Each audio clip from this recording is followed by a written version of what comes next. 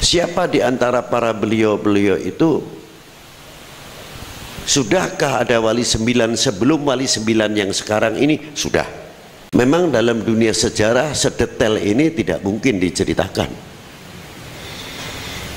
Tapi perlunya satu mafahim di dalam membuka kitab.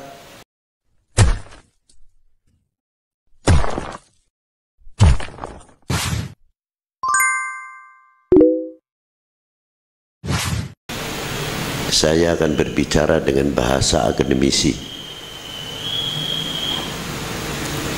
tidak berbicara dengan bahasa awam. Saya minta kecerdasan kalian.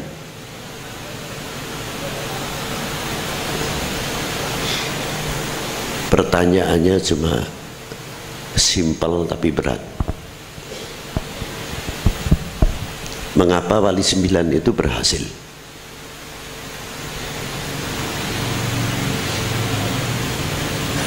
Dan mampu membina regenerasi pada waktu itu yang sudah cukup dipersiapkan. Karena para beliau sadar sepanjang umur apapun tidak bisa terlepas dari ketuaannya dan segala kekurangannya dalam fisik terutama. Walaupun kecerahan pola pikir beliau sangat brilian, namun fisik tidak menunjang. Maka persiapan-persiapan untuk regenerasi oleh para beliau mempunyai manajemen yang sangat rapi sekali.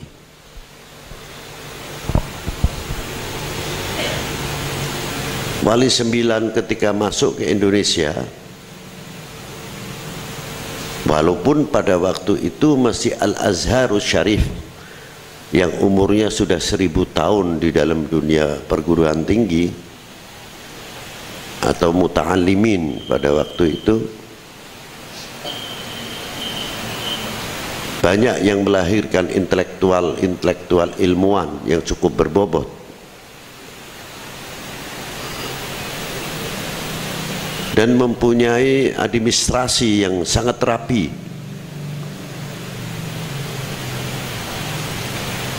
Mampu menulis dari mulai hari ini untuk menentukan hari esok. Bukan kepentingan hari esok ditulis hari esok. Itu alamat down, kalah.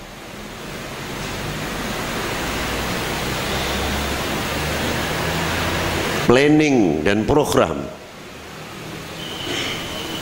telah dicanangkan oleh para sesepuh-sesepuh kita,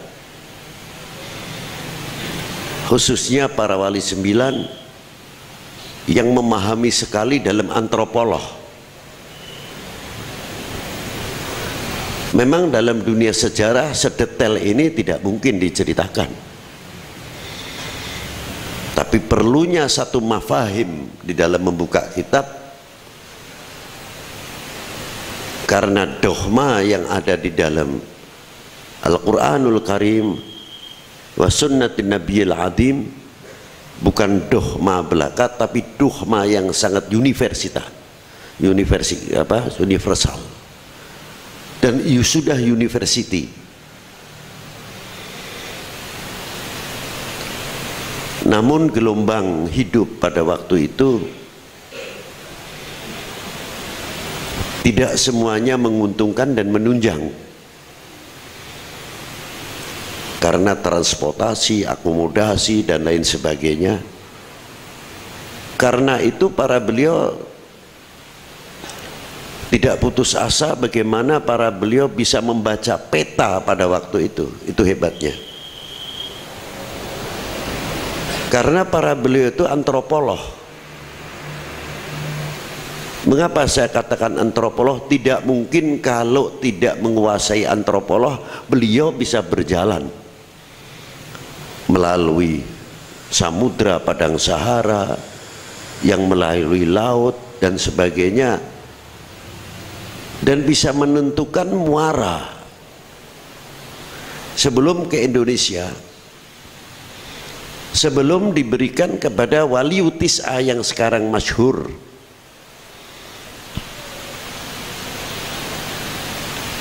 siapa di antara para beliau-beliau itu? Sudahkah ada Wali 9 sebelum Wali 9 yang sekarang ini? Sudah. Periode Wali 9 dari mulai Al-Imam Ahmad Syah Jalal, diteruskan dilengkapi dengan keluarga-keluarga beliau yang cukup matang, siap dan luar biasa segi ilmunya dan lain sebagainya, sampai zaman periode Al-Imam Jamaluddin Husain. Dari perjalanan yang beliau tempuh tidak terlepas melalui jalan-jalan sutra yang telah ditempuh oleh mutaqaddimin. Satu pertanyaan, mengapa Rasulullah bersabda utlubul ilma walau bisin? Kalimah walau bisin, hati-hati menafsirkannya. Bukan makna sekalipun di negeri Cina, bukan itu maksudnya. Walaupun sejauh negeri Cina, itu yang benar. Di sini susahnya segi balaghah itu, kalau tidak mencerna benar-benar repot, walaupun nahwunya tepat. Itu satu contoh. Kayak ada satu hadis, man ra'aitul munkara fayughayyiru biyadi. Sangat terkenal ini hadis. Fa in lam yastati fa bilisani. Fa in lam yastati fa biqalbi. Dzalika, pakainya dzalika atau tidak?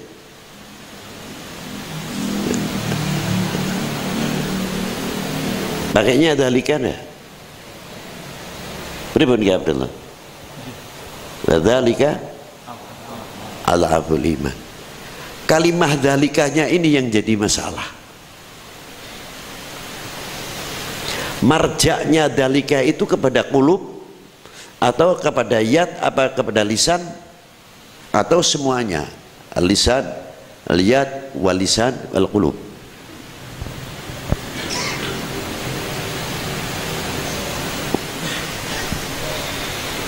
Karena apa? Ala bidzikrillahi tatma'innul qulub, bukan ala bidzikrillahi tatma'innul yad au lisan.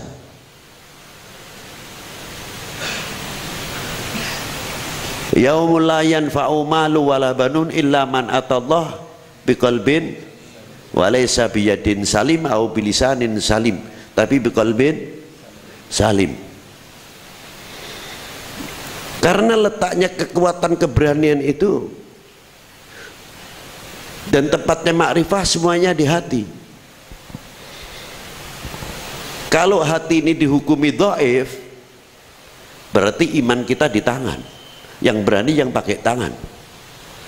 Apakah iman kita di tangan? Atau yang beraninya pakai lisan, apa iman kita di lisan? Padahal iman letaknya di qulub. La bil yad wala bil lisan wala bil qulub. Kalau dhaif imannya, ya semuanya kena. Jadi bukan dalika itu khusus untuk hati, itu tidak. Ini hati-hati cara menafsirkan.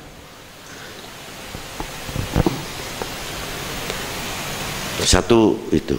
Sama ketika Rasulullah bersabda, utlubul ilma walau bisin. Ada apa? 3000 tahun yang lalu sebelum Masehi, itu sudah ada jalan sutra yang menghubungkan antara Yathrib dengan negara Cina. Dan dunia perdagangan dunia Arab itu sudah luar biasa. Dan bagaimana cara Rasulullah menitipkan bangsanya, itu hebatnya.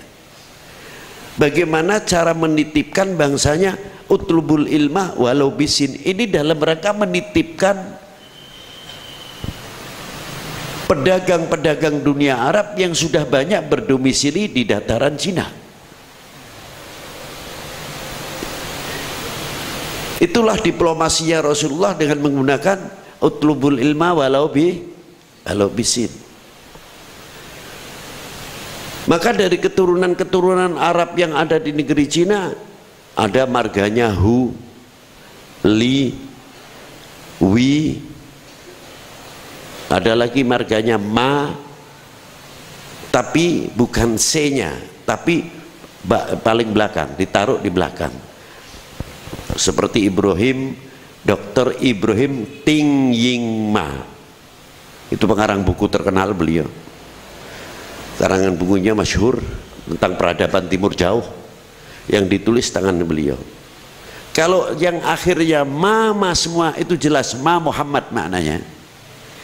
Kalau Hu Hud, kalau Ye Yahya, kalau Wi Ba'alawi. Itu. Perkembangan semakin pesat dari ilmu ekonomi. Gabungan antara Persia, Arab, Cina ini sangat kuat, luar biasa, terutama dalam bidang tekstil. Jadi ketika Allah Ta'ala berfirman untuk memakai jilbab, tinggal dunia Arab itu hanya cukup menutup rambut saja sudah. Karena apa? Pakaiannya sudah biasa rapi. Cina sudah biasa rapi sampai lutut, potongan mode saja yang berbeda. Karena penghasil tekstil yang luar biasa, tidak mungkin Allah Ta'ala memerintahkan berjilbab tanpa penghasilan tekstil yang maju. Dan tidak mungkin dunia Islam mukminah akan dikerme ning jero omah ora iso obah, tidak mungkin. Kebebasan hurriyah terhadap kaum wanita diberikan seluas-luasnya dalam koridor-koridor tertentu mestinya. Sedangkan pada waktu itu Indonesia masih sebagian pakai kemben, sebagian pakai aurat pusat ini saja sampai ke tumit sudah. Karena apa? Keterbatasan dalam dunia ilmu perstektilan. Itu diantaranya. Maka perkembangan setelah hijrah dimanfaatkan oleh Rasulullah bagaimana membangun sarana ibadah, sarana pendidikan, sarana ekonomi, sarana dunia pertanian. Inilah yang menjadi pembekalan daripada jalan sutra yang dititi oleh para wali sembilan kakek-kakeknya, sehingga mengetahui bagaimana situasi keadaan India pada waktu itu. Ternyata dua agama yang paling tertua, apa diantaranya? Hindu dan Buddha. Sampai ada penemuan di lereng gunung Himalaya, ada satu candi yang umurnya 5.000 tahun. Di situ masih ada bantalnya Rama dan Sinta. Benar atau tidak kami tidak tahu, tapi faktanya situsnya ada. Belum candi-candi yang lain sangat luar biasa. Yang kedua, di mana candi Buddha Gotama dilahirkan, di mana semedi atau toponya Buddha Gotama sehingga diangkat menjadi sang Buddha. Perkembangan agama Buddha sangat minor di India, tapi banyak karena falsafahnya paling tidak di negara Cina sudah mulai muncul falsafah-falsafah atau sastra-sastra yang tinggi yang dibawa oleh Fusi, lalu Kongfusi, atau yang satunya lagi ada lagi Lao Tzu, apa itu, nah satu yang sastrawan tinggi, Sehingga dengan mudah Buddha itu masuk ke sana, sedangkan Hindu bertahan. Nah, ketika Wali Sembilan itu masuk ke daerah India, disitulah para beliau menambah manajemen, menyusun bagaimana kehidupan pada waktu itu yang ada di India, yang tidak terlepas dari Cina juga. Itu hebatnya para beliau, sangat rapi menyusun perkembangan Hindu di mana, sampai mulai umpamanya Thailand, ternyata Thailand juga Buddha yang lebih besar, belum Tibet, sampai kepada Champa, Annam yang masuk sekarang dalam Vietnam. Hindu mengalir banyak ke Indonesia. Dari mulai abad ke-7 Sailendra sudah mulai membangun di mana Candi Borobudur dan Prambanan. Itu diantaranya. Atau Erlangga diteruskan pada abad 9. Dan di Pajajaran sudah mulai tumbuh intelektual pada waktu itu dari agama Hindu yang dipimpin oleh Prabu Ciungwanoro, hidup di abad ke-7. Kemajuan Indonesia sudah mulai kelihatan sekali dalam dunia pertanian maupun ekonomi, walaupun sesuai zamannya masing-masing. Belum yang ada di Sriwijaya yang tua-tua, tapi sayangnya candi-candinya sampai sekarang mungkin tinggalan-tinggalan batu-batu kecil saja, belum sempat kita temukan yang lebih jauh untuk membuktikan situs bahwa culture yang ada di Indonesia ini sudah maju dari dahulu. Itu diantaranya.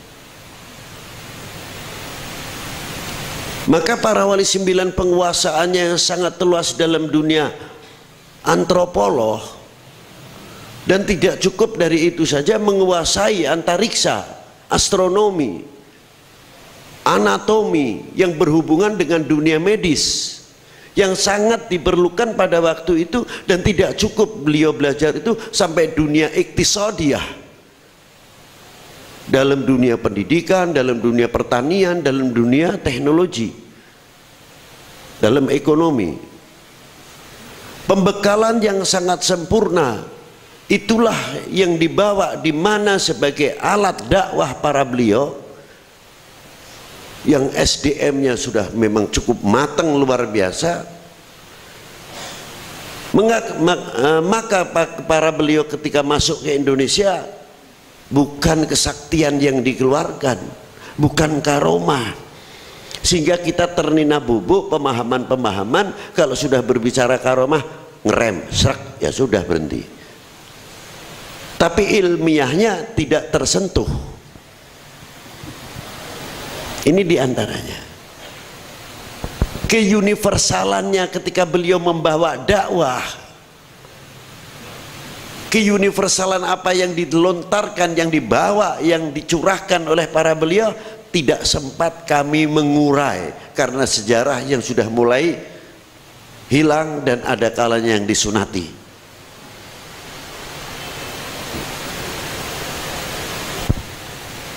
Ini diantaranya. Bahkan pada waktu zaman Singosari dan Daha, ketika Kublai Khan ingin menyerang, minta upeti kepada Singosari Raden Wijaya, bagaimana Raden Wijaya sendiri Singosari masih berhadapan dengan Daha Jakakatuang kalau tidak salah.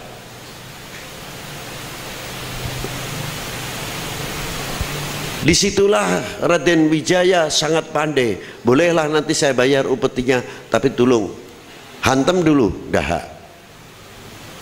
Sudah dipersiapkan kapal perangnya 70 yang dibawa Kublai Khan. atau Genghis Khan. Itu hebatnya. Maka syarat dari Raden Wijaya diterima oleh pimpinan atau Kublai Khan, menyerang Daha. Begitu menyerang Daha, dihantam oleh Raden Wijaya dari belakang, seolah-olah Kublai Khan dikeroyok dua orang. Padahal ini saling memanfaatkan saja, sehingga mereka tunggang langgang, tinggal dua kapal yang selamat, semua hancur. Kemenangan di pihak Raden Wijaya. Pengalaman yang cukup bersejarah sehingga berdirinya Majapahit. Maka pada suatu ketika di Hayam Wuruk yang mempunyai patih luar biasa, Gajah Mada, yang sangat misteri sejarahnya. Sampai sekarang di mana beliau dimakamkan, di mana masih sejarawan masih sulit untuk bisa memastikan ada apa pada beliau. Justru yang memberikan kepada Syekh Abdurrahman atau Abdullah Al-Abbasi, kakek ke-8 Kanjeng Sunan Kalijogo, yang dapat gelar Bra, siapa itu saya lupa, karena kemenangannya mampu melawan Pajajaran pada waktu itu. Maka diberi tanah, dijadikan, diangkat menjadi Bupati Tuban sampai perbatasan Jawa Tengah. Siapa yang memberi? Gajah Mada. Solider atau simpati kepada dunia Islam. Rupanya Brawijaya banyak memberikan luar biasa, termasuk Trowulan kalau tidak salah, juga pemberian Brawijaya atas saran beliau. Di mana tempatnya Syekh Jumadil Kubro, itu diantaranya. Maka ketika beliau melihat peristiwa sejarah ke atas dari mulai Singosari, untuk menjaga keutuhan, maka beliau sumpah palapa, saya hanya mengambil analis. Di latar belakang sumpah palapa itu ada apa? Ternyata beliau menaklukkan dari mulai Sri Lanka justru sampai ke Indochina, dilakukan oleh Gajah Mada, tunduk satu persatu. Analisnya apa? Itu jawaban yang luar biasa. Jawaban bangsa kami, istilahnya, jangan sekali-kali kamu wahai bangsa yang lain mencoba intervensi kepada bangsa Indonesia ini. Cuma jawabnya tidak mengatakan begitu. Lalu jalanlah saja. Dari mulai Nusantara muncul Islam, di Nusantara ditaklukkan satu persatu. Itu jawaban Gajah Mada untuk dunia luar. Nah, sekarang apa jawaban kita? Apakah harus seperti Gajah Mada? Sudah bukan waktunya. Bukan waktunya. Memerlukan jawaban intelektual, ilmuwan.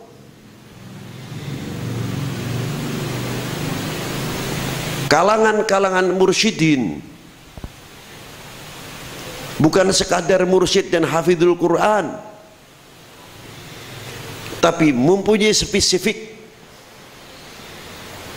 Hafidhul Quran dokter, hafidhul Quran dokter spesialis internis, hafidhul Quran dokter spesialis kandungan, hafidhul Quran dokter spesialis jantung.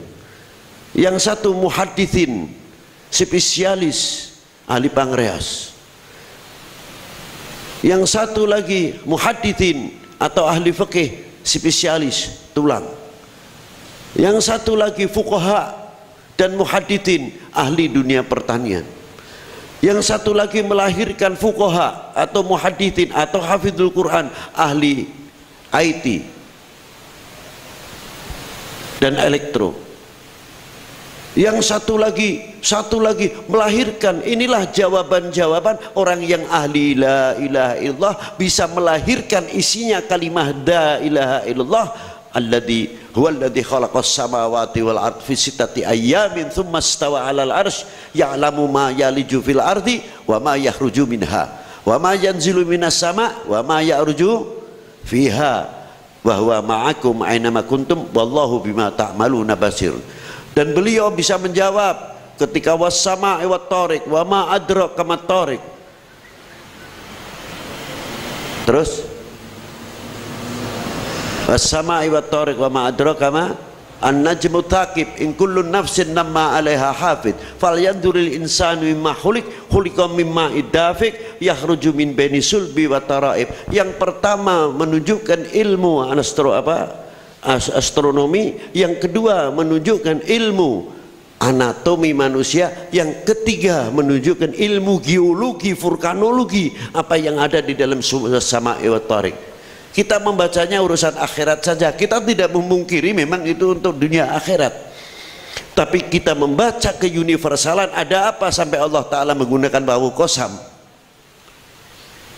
makna demi. Mustahil Allah Ta'ala sumpah dengan makhluknya, mustahil. Wawu di sini wa bi izzati wa jalali wa qudrati wa iradati wa bi ilmi. Di sini maksudnya, aku ciptakan langit tanpa tiang, aku ciptakan torik, di mana di torik itu beberapa ada wasama idatil buruj wal yaumil ma'ud. Di dalam buat torik itu ada wasyamsi wa duhaha wal qamari idza talaha. Di dalam buat torik itu ada wasyamsi tajri li mustaqarri laha dzalika taqdirul azizil alim wal qamaru qaddarnahu manazil hatta ada kal urjunil qadim wasyamsu la yanbaghi laha an tudrikal qamar walal lailu sabiqun nahar wa kullun fi falakin yasbahun. Dibuktikan ketika Rasulullah menjadi saksi Allah atas ciptaannya untuk hambanya dan umatnya. Isra Mi'raj Rasulullah diangkat melalui buruknya apa? Melihat bagaimana putaran matahari, putaran bintang, putaran bumi, putaran bulan. Langsung Rasulullah menyaksikan bi'aini wa ra'si. Untuk apa? Syahid, dari syahidnya Allah Ta'ala apa yang telah diciptakan liman untuk umat. Itu hebatnya di sini. Sehingga Rasulullah tahu putaran berapa derajat, dan bagaimana planet-planet yang ada di dalam at-tariq. Anehnya bawahnya setelah membahas ilmu astronomi, antariksa, apa kaitannya dengan ilmu anatomi manusia? Dan apa kaitannya matahari, bintang, bulan dengan bumi, pohon-pohonan, air laut, air sungai dan penghuninya? Dan apa kaitannya dengan setiap butiran-butiran pasir tanah yang dilindungi Allah Ta'ala bisa menghindari, menepis pantulan yang membahayakan ultraviolet. Daun-daun pun diberi, kalau daunnya kasar ada duri-durinya yang lembut sekali seperti rambut, tapi yang tidak berambut dikasih oleh Allah Ta'ala mengkilat. Untuk apa? Menepis, bagikan pasir-pasir laut kalau diangkatkan tenggerlip. Itu yang menangkal daripada ultraviolet. Ikan laut diberi sisik untuk menangkal ultraviolet, yang tidak bersisik diberi lendir. Itulah subhanallah wa bihamdihi subhanallah azim jalla rabbi wa qadar. Tapi ilmu yang demikian banyak terbengkalai. Ila mata ayyuhas syabab, sampai kapan kita terbengkalai ilmu-ilmu yang sebenarnya sangat manfaat sekali kepada dunia ini yang sedang sangat memerlukan? Dan bagaimana ketika geologi, vulkanologi, dalam dunia pertambangan ketika bisa kita melihat bumi ini, sedang bumi ini berzikir, setiap dahunan bertasbih berzikir. Kita bisa melihat lebih jauh kemana. Setiap gunung mempunyai lava dan mengeluarkan setiap pagi, hingga sepanas-panasnya di sedingin-dinginnya di Indonesia tetap lembab. Suruh putih betul-betul kayak di Timur Tengah tidak mungkin. Karena apa? kelembapan dari belirang itu sendiri. Tapi sejauh mana pula kita menyelidiki geologi itu tersendiri, bahwa sungai mempunyai kandungan belirangnya berapa, setiap anak sungai berapa kandungan kapurnya, berapa kandungan besinya, sehingga kita bisa menemukan antar sungai yang banyak besinya silang dikawinkan dengan yang banyak kapurnya untuk kepentingan dunia pertanian. Tidak usah kita terlalu muluk-muluk selalu menghantungkan kepada pupuk dan lain sebagainya. Perkawinan ini saja bisa menunjang.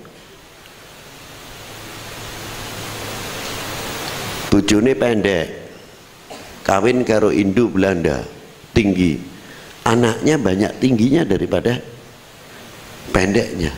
Nah, sama pohon-pohonan juga sama begitu. Ketika kita hasil silang karena pupuk yang memadai, hasilnya luar biasa. Kita belum sempat. Ini tugas orang-orang ahli tarekat yang sebenarnya bisa melahirkan apa yang terkandung dalam kalimah la ilaha illallah, apa yang diciptakan oleh la ilaha illallah. Kita mempelajari, itu bagian daripada zikir daripada kita semua yang ditantang oleh zaman. Tugasnya matan itu, mampukah kalian menjawab untuk ke depan demi kepentingan kemaslahatan umat dan bangsa ini atau tidak?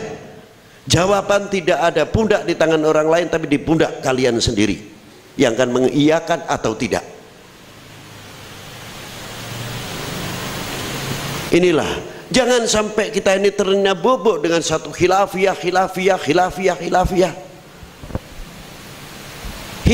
di antara a'imah, bukan bagikan dua ril.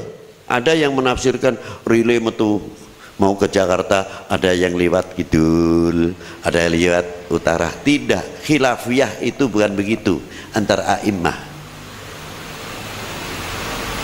Relnya tetap sama, posisinya sama, cuma bedanya yang satu pakai Argo Bromo ke Jakarta atau Argo Anggrek, yang satu pakai kereta ekonomi, yang satu pakai kereta barang. Sing nganggo kereta barang ya tidak bisa cepat, per stasiun berhenti, dek bandek.